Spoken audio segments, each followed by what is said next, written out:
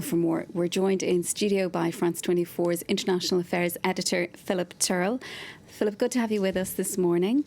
So he's been at the centre of this ongoing political crisis for nearly a year now. Tell us, what is behind al-Sadr's decision to quit politics?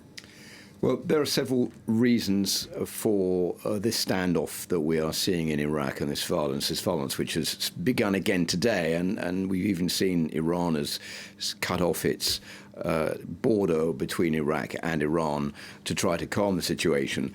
The bottom line here is that there were elections last year in October, and Moqtada al-Sadr's party, which is a nationalist party, failed to obtain a majority in those elections. It won 73 seats, which was not enough to be able to have overall power. So it's obliged to strike up a power-sharing arrangement with the other Shia movement, which is called the Coordination Framework. The problem here is that the Coordination Framework is backed by Iran, or many of its politicians are backed by Iran, and that is something that is unacceptable for Moqtada al-Sadr.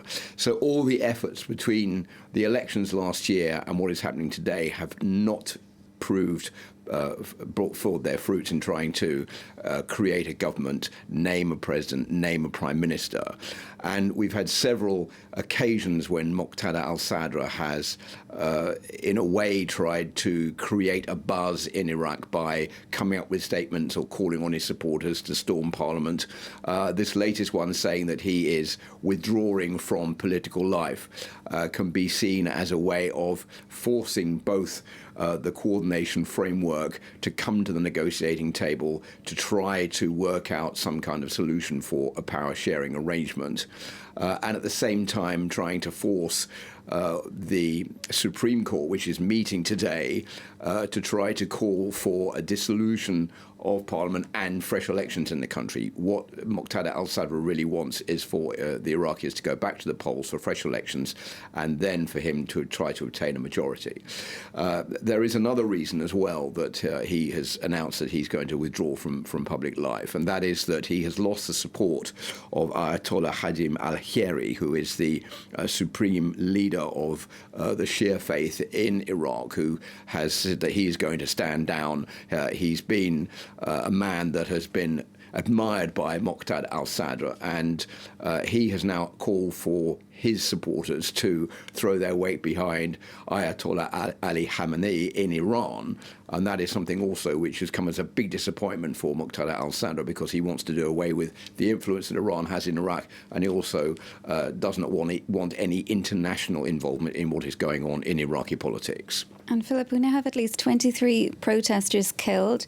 We have Iran closing its border with Iraq this morning, and also rockets being fired on Baghdad. Is there any hope at this stage of a political solution? Well, the most surprising thing really is that this violence is taking place within the green zone, because the green zone was specially created during the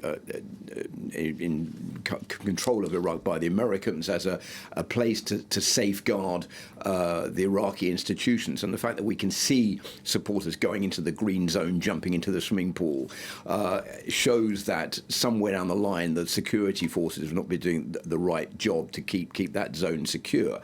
So al-Sadr has refused to work with his political rivals. He's boycotted crisis talks with other political leaders. He's also opposed the nomination of the candidate put forward by the opposition of Mohammed al-Sudani as Prime Minister of Iraq, the future Prime Minister of Iraq, saying that he is too close to Iran. So it appears that the political process is really blocked all the way down the line. Now, the threat which faces Iraq now is that paramilitary groups may begin to intervene here, where the political process is not moving, and that could create a much more dangerous and volatile situation in the country on the brink of civil war. And if that wasn't enough, there is not even a process moving forward on the nomination of a president for the country, because that is, under the system created by the Americans, the work of the Kurds, and the Kurdish groups who should decide on who is going to be president of Iraq have not, for the moment, agreed on which candidate is suitable for that job. So a lot of uncertainty. You've mentioned a potential civil war then. What next for Iraq? Is it possible to say? Well, as I was saying, the bottom line by Moqtada al-Sadr is that the international community does not get involved. So I think that this has got to be sorted out by the Iraqis themselves. The United States is not going to get involved in this, and neither is the United Nations. Both have expressed concern about the situation in Iraq.